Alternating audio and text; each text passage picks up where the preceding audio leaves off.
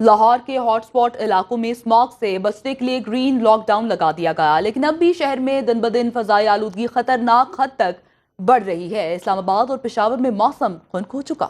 بالکل، اگر ہم بات کریں پشاور کی تو پشاور میں کچھ دن پہلے سے ہمارے نمائندگان ہمیں یہ رپورٹ کر رہے ہیں کہ موسم بہتر ہے اور ٹھنڈک جو ہے نا وہ محسوس ہو رہی ہے۔ صبح کے ٹائم جب دھوپ میں کھڑے ہوتے ہیں تو اچھی لگتی ہے۔ اسلام آباد میں بھی موسم ایسا ہے کہ دن میں تو تھوڑی سی گرمی محسوس کی جا رہی ہے، لیکن شام میں خنکی محسوس کی جا رہی ہے اور شام اور رات کا موسم جو ہے وہ ٹھنڈا ہو جاتا ہے، جس سے سردی کا احساس شروع ہو گیا ہے۔ لاہور کی صورتحال بھی کچھ ایسی ہے کیونکہ اسموک کی وجہ سے ایئر کوالٹی انڈیکس میں نمبر تو نیچے آ چکا ہے، لاہور کا دوسرا نمبر ہے، لیکن ابھی بھی آلودگی میں اضافہ اسی طرح سے ہو رہا ہے۔ گرین لاک ڈاؤن لگا دیا گیا ہے، لیکن اس کے باوجود صورتحال جو ہے ابھی تک قابو نہیں ہے۔ تو اس لاہور کی صورتحال سب سے پہلے جانیں گے۔ دعا شکیل پراچا ہمارے ساتھ موجود ہیں۔ دعا بتائیے گا، گرین لاک ڈاؤن سے کوئی فائدہ ہوا؟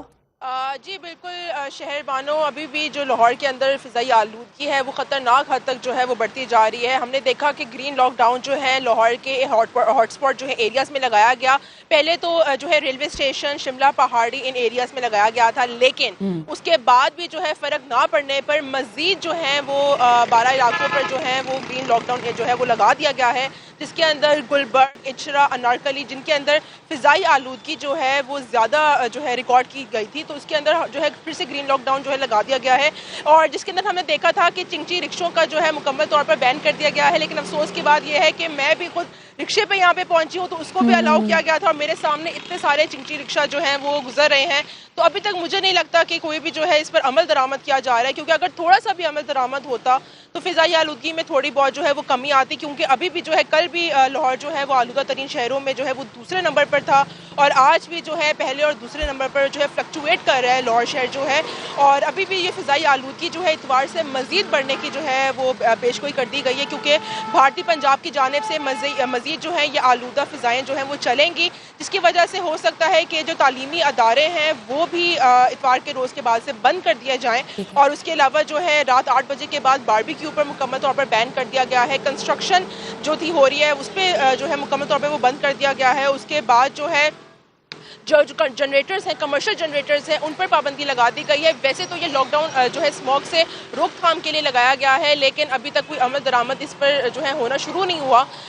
تو ابھی بھی مزید جو ہے وہ موسم اسی طرح، کیونکہ آج تو باقاعدہ طور پہ دھند جو ہے وہ اسموگ نظر آ رہی تھی۔ ہم جا رہے تھے تو ایسا لگ رہا تھا کہ پورا دھندلا دھندلا لاہور کی فضائیں ہو گئی ہیں۔ تو افسوس ہو رہا ہوتا ہے کہ جو باغوں کا شہر ہم کہتے تھے لاہور کو، اب وہ بالکل اسموگ کی لپیٹ میں آ چکا ہے۔ اور جس طرح میرا بھی بہت ٹھیک ہے مشکل دعا، سے میں یعنی اس کہ ٹائم پہ بول فضائی رہی ہوں۔ آلودگی بھی برقرار ہے لاہور میں اور لاک ڈاؤن پر بھی پراپر عمل درآمد نہیں ہو پا رہا ہے۔ آپ ساتھ ہی موجود رہیں۔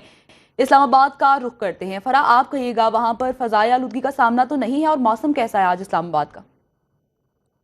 بالکل، اگر اسلام آباد کی بات کی جائے تو اسلام آباد کا موسم اوور آل کافی بہتر ہو گیا ہے۔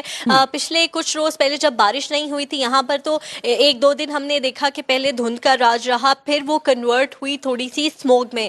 تو محکمہ موسمیات کی جانب سے تب ایڈوائزری بھی جاری کی گئی تھی، اور جو خاص کر سانس کا جن کو مسائل ہیں ان کے لیے انہوں نے خاص تاکید کی تھی کہ جب وہ گھروں سے باہر نکلیں تو پراپر ماسک پہن کر نکلیں، بہت احتیاط سے نکلیں، کیونکہ اسلام آباد نے کبھی اس قسم کی فضائی آلودگی کو دیکھا نہیں تھا۔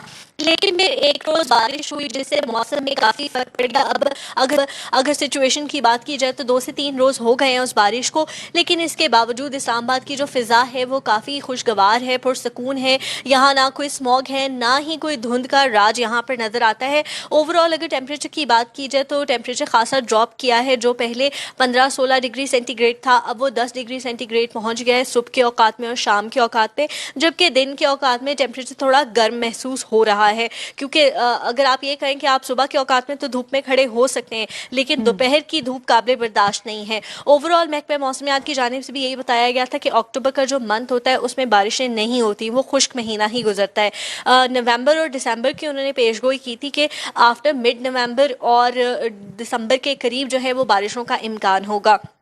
ابھی تک اگر اوور آل بات کی جائے تو یہاں پر کافی درخت موجود ہیں ابھی بھی، جن سے کافی حد تک جو ہے فضائی آلودگی پر قابو پا لیا جاتا ہے۔ اگر کہیں پر دھواں یا کوئی ٹریفک کے اثرات زیادہ ہوں تو وہ تھوڑی ہی دیر میں ختم ہو جاتے ہیں، کیونکہ ہوا چلتی ہے، درختوں کے اثرات ایسے ہیں کہ وہ ایک پازیٹیو سائن بن ٹھیک جاتا ہے، ہے۔ موسم دوسرے خاصا یہاں پر بہتر لوگوں ہے، نے پھر بھی اوور آل اگر ہم بات کریں تو اسلام آباد کا موسم بہتر ہے لاہور کی نسبت۔